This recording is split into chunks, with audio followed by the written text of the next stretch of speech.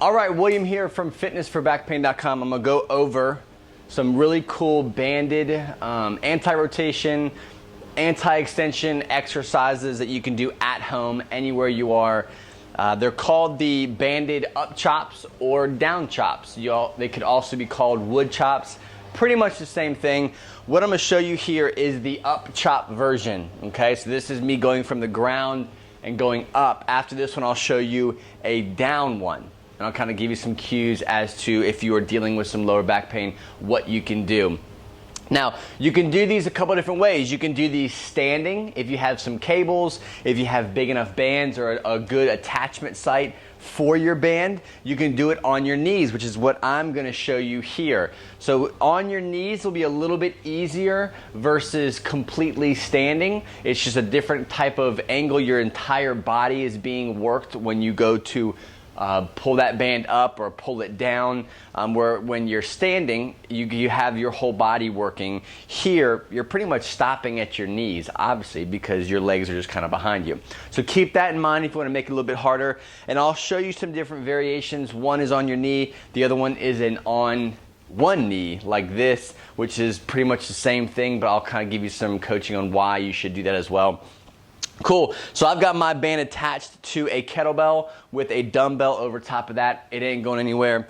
So as far as my grip goes, I'm gonna have my left hand over top, right hand, underhand grip. So it's an opposite grip. From here, I'm just gonna choke up on the band to what feels comfortable for me. Obviously, the closer I get to the dumbbell, the harder it gets. So just kind of find a place that feels good for you.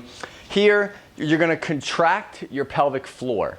Okay, so I always say when you're doing this, you're pretty much using the same muscles you would do if you were starting and stopping your pee stream. If you were going to the bathroom and you were going to stop your stream, that's basically what you're doing. Those are your core muscles. A lot of people try to say like it's a pulling up sensation, like it's a lot of weird stuff. Basically, if you're peeing and you want to stop, you're using those same muscles. Okay, it's your Kegel stuff.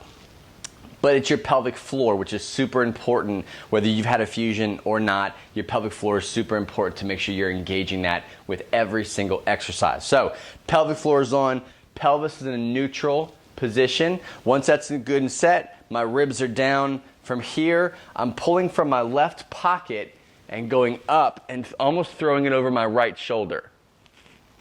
Here, left pocket, right shoulder.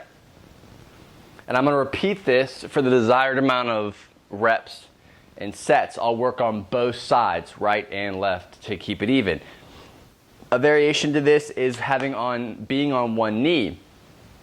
Here, I like this because you can get your pelvis in a good position and you can also relax your lower back. Oftentimes when you're like this, if you have tight hip flexors, you're gonna try to bring yourself into a straight, good posture. What's going to happen is because you're tight, you're going to overextend, and that's what we don't want to happen, is to have that happening, because your lower back will kind of take most of that load.